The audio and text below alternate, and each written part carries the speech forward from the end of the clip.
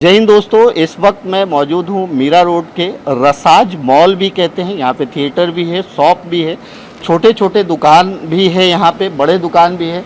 ये आप देख सकते हैं कि ये सब कहीं ना कहीं इनका जो शॉप है वो रसाज मॉल के अंदर है, ग्राउंड फ्लोर पे है, ऊपर है।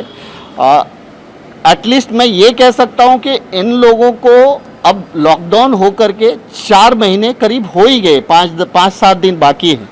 यहाँ पे हमारे साथ कुछ शॉप ओनर हैं, उनसे हम बात करते हैं। क्या नाम है आपका? मेरा नाम गोविंद सचदेव है। गोविंद जी, आप यहाँ मतलब रसाज मॉल में क्या आपकी दुकान है? किस व्यवसाय से जुड़े हुए हैं और क्या कहेंगे आप इस लॉकडाउन? रसाज मॉल में मेरी दुकान है, कपड़ों की दुकान है, रेडीमेड गारमेंट्स की दुकान है। जो अभी लॉकडाउन की वजह से 120 दिन हो गया, आज चौथा महीना चल रहा है, 4 महीने से दुकान बंद लगी पड़ी है। जी जी, बराबर। पूरा मीरा रोड अभी बीच में खुल गया था, पूरा मीरा भाईंदर अभी खोल दिया गया था, लेकिन शॉपिंग सेंटर को खोलने का परमिशन नहीं था। और इस शॉपिंग सेंटर में लोग टाइम पास करने वैसे भी नहीं आते, कपड़ा खरीदने वाले ही लोग आते हैं। यहाँ कभी इतनी भीड़ नहीं होती है जितनी कि रस्तों पर भीड़ होती है। जो रस्तों की दुकानें जो चालू थी वहाँ पर जितनी भीड़ होती है उसके मुकाबले यहाँ पर अपने मॉल में तो बिल्कुल भीड़ होती नहीं है। सिर्फ जो कपड़े लेने वाले लोग जो काम से ही आते हैं, लोग टाइम पास करने कभी नहीं आते। तो हम लोग का मॉल को क्यों बंद रखा है समझ में नहीं आया। स्नेहांजलि खुला है, डी-मार्ट खोल दिया गया, ब्रांड फैक्ट्री वहाँ पर खोल दिया गया, लेकिन हम लोग के मॉल के साथ पता नहीं क्या बिगाड़ा सब व्यापारियों ने। सब हमारे सब व्यापारी भाई लोग ही ये सबकी दुकानें हैं अंदर। मोर देन 50% 70% लोगों की रेंट पे दुकान है। आज भाड़े नहीं भर पा रहे, लाइट का बिल है, आदमी का पगार हो गया, घर का खुद का खर्च, सबके बच्चे हैं, उनका फीस वीस ये वो, घर का खर्चा आदमी कितना निकालेगा। किसी के पास सेविंग होता है 25-50 हज़ार की सेविंग होती है, लाख रुपए की सेविंग होगी, लेकिन अभी तो वो ख़त्म हो गई, 2-3 महीने के ऊपर हो गया हम लोग को। तो अभी जब पूरा मीरा भाईंदर खुल जाता है तो हम लोग के मॉल को खोलने की परमिशन क्यों नहीं दी जाती है? हम लोग के मॉल वालों ने, हम लोग व्यापारी ने क्या बिगाड़ा है किसी का? हम लोग को भी खोलने की परमिशन चाहिए, हमारा भी शॉप खुलना चाहिए। बिल्कुल, बस मैं यही कहना चाहूँगा। बाकी सब शॉपकीपर से भी आप पूछ लीजिए। उन्होंने बहुत सही सवाल खड़ा किया है कि 120 दिन तकरीबन हो गए इनको। यहाँ पे ज़्यादातर लोग जो है रेंट पे हैं, और जब पिछली बार अनलॉक हुआ था कुछ दिनों के लिए तो मीरा भाईंदर को अल्टरनेट डे के हिसाब से दुकान खोलने की आज़ादी दी गई थी, लेकिन उस वक्त भी मॉल्स को खुलने की आज़ादी नहीं दी। इन लोगों ने कहा है कि डी-मार्ट आप खोल देते हो, बिग बाज़ार खोल देते हो और अलग अलग चीज़ों को खोल देते हो, लेकिन हम जैसे जो मॉल में छोटे व्यापारी हैं या बड़े व्यापारी हैं उनका क्या होगा? तो अगर आप मीरा भाईंदर का लॉकडाउन ओपन करते हो तो हमारे बारे में भी सोचो। कहीं ना कहीं इनका सवाल जायज़ है। हमारे साथ कुछ लोग और हैं। क्या नाम है आपका? आप कुछ बोलना चाहेंगे? क्या नाम है? राकेश जी, क्या बोलेंगे आप इसके बारे में? हम यही रिक्वेस्ट कर रहे हैं कि हमें जल्द से जल्द, जैसे बाकी सब शॉप अगर जब से ओपन हो रही है तो हमें भी परमिशन दें। हम भी रूल्स एंड रेगुलेशन से फॉलो करेंगे, ऑड इवेंट के हिसाब से ओपन करना, ऑड इवेंट के हिसाब से ओपन करेंगे। बट इस बार अगर बाहर वाली शॉप ओपन होगी तो हमें भी परमिशन दीजिए। तो इन्होंने कहा है कि अगर इस बार जो है अनलॉक होता है तो हमें भी परमिशन दिया जाए।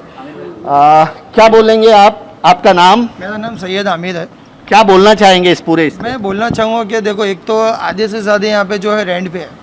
कुछ ओनर ने ऊपर अल्लाह को देख के माफ़ भी किया है कि भाई हमको ऊपर जवाब देना बनने के बाद। किन लोगों ने बोला कि हमको भाड़ा चाहिए, किन लोगों ने बोला कि बैठ के बात करेंगे। अब यहाँ पे छोटी मोटी दुकानें जो बहुत कम कमाई है, अब जो है मार्च महीने से 19 तारीख से हमारा मॉल सबसे पहला लॉकडाउन अगर गिरा है तो मॉल गिरा है। बाहर की दुकानें 5-6 दिन के बाद गिरी है।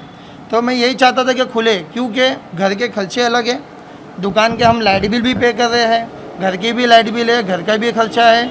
4 महीने से जिनके बच्चे स्कूल पढ़ते हैं उनको भी फीस आ चुकी है। सबसे बड़ा बात यह कि लॉस, और ये जो हम जा रहे हैं लॉस में जा रहे हैं।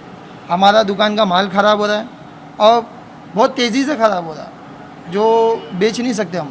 अगर हमारी एक जीन्स 700 रुपये की खरीदी है तो वो जीन्स हमकी 50 रुपये में जाएगी लॉट के भाव में। तो ये नुकसान कौन चुकाएगा? अगर हम मार्केट की उधारी जो है नहीं दे पाएंगे तो हमारी रिस्पेक्ट जो है मार्केट में जितनी इज्जत है सब ख़राब हो जाएगी। तो हमें भी कोई मार्केट वाला, होलसेल वाला खड़ा नहीं करेगा, तो हम व्यापारी जाएंगे कहाँ? और आज हमारे बच्चे अगर जैसे पहले जीते थे, आज हम उनको वैसा नहीं कर पा रहे कुछ, तो हमको इस चीज़ का बहुत मन में बुरा लगता है कि सरकार भी हमको कुछ नहीं दे रही है, कुछ भी नहीं। जहाँ तक मैंने सुना खाली मीरा भाईंदर में म्यूनसिपलिटी टैक्स जो है वो फ्री हुआ है। नहीं, वो भी नहीं हुआ है, आया नहीं है। ठीक है, वो आया नहीं है अभी तक घर पे आया। ये सिर्फ हवा चली है, ये अभी तक इस पे कुछ हुआ नहीं है। तो इसके वजह से कैसा है, हम लोग बहुत तकलीफ में है, बहुत लॉस में है हम लोग। और अगर हम गिर गए ना तो हम उठ नहीं पाएंगे मार्केट की लाइन में, तो हमको कौन सपोर्ट करेगा? हम जावे, हम कमावे, कैसा कमावे? जब हम ही नहीं कमाएंगे तो फिर घर कैसे चलेगा? देश कैसे आगे बढ़ेगा? सरकार को ये चीज़ पे भी देखना चाहिए कि रेंट जो है वो माफ़ होना चाहिए। सरकार तो बोली घर का रेंट मत दो, नहीं रंग रेंट मत दो। देखिए आप सरकार की बातों को समझ नहीं रहे हो। वो बोल रहे हैं कि लॉकडाउन के दरमियान आपको कोई परेशान नहीं करेगा, लेकिन जैसे ही लॉकडाउन खत्म होगा आपको परेशान करना शुरू कर देंगे। ये कोई रियायत नहीं है। ये कुछ बोलना चाह रहे हैं, बताइए। अभी जैसे अनलॉक 1 हुआ, मीरा भाईंदर में सारी दुकानें खुल गई बराबर, लेकिन हम लोग के मॉल को बंद रखा गया।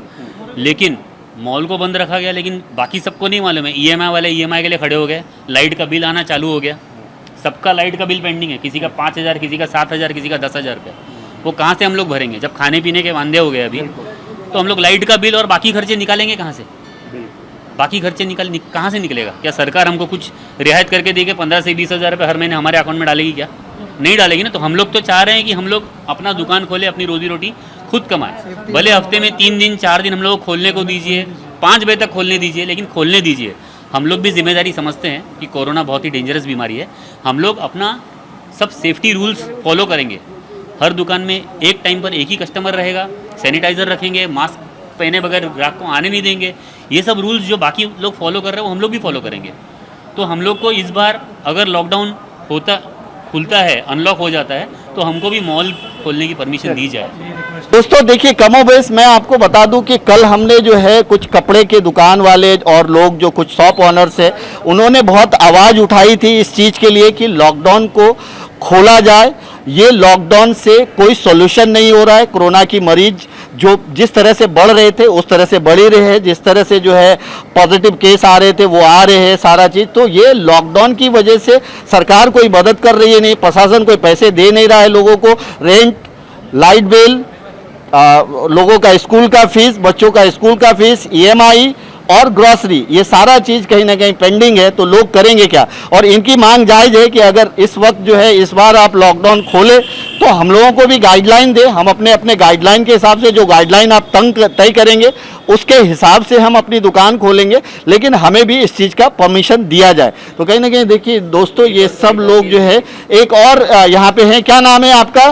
सैफ नाम है। सैफ, क्या बोलना चाहेंगे आप? एक्चुअली मेरी दुकान खुद रेंट पे है, 4 महीने से बंद है। तो अभी हमारे को ओनर परेशान कर दे कि हमारे को भाड़ा चाहिए। मुझे नहीं पता बंद है या खुली है। अब इतना मैटर हो गया है कि वो चौकी भी चले गए कि मुझे भाड़ा चाहिए। अब मेरा घर उससे चलता है, मेरे घर पे नहीं जा रहा पैसा, तो मैं उनको कहाँ से दूंगा? देखिए ये एक सवाल खड़ा हो गया। सरकार ने ये कहा था कि जब तक लॉकडाउन है तब तक आपको रियायत है कि कोई आपको तंग नहीं करेगा। लॉकडाउन खत्म, अभी तक तो पूरी तरह से लॉकडाउन खत्म भी नहीं हुआ है और इनको भाड़े के लिए कहीं ना कहीं परेशान करना शुरू कर दिया है। यहाँ पे हमें कुछ लोगों ने एक लोग ने ये कहा, जरूर कहा कि कुछ ऐसे लोग हैं जिन्होंने रेंट में रियायत दी है ऊपर वाले से डर करके, कुछ लोगों ने नहीं दी है, लेकिन कमोबेश भरना तो सबको है। अगर मैं रसाज के बारे में बताऊं तो अगर बहुत सारे लोगों का इन सब चीज़ से भी घर चलता होगा।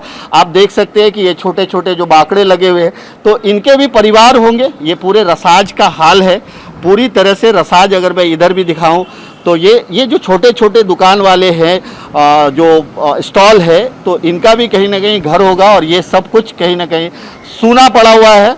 तो हम उम्मीद करते हैं कि अगर अनलॉक होता है इस बार तो रसाज मॉल या इस तरह के जो मॉल्स हैं उनको भी रियायत दी जाए। Thank you so much.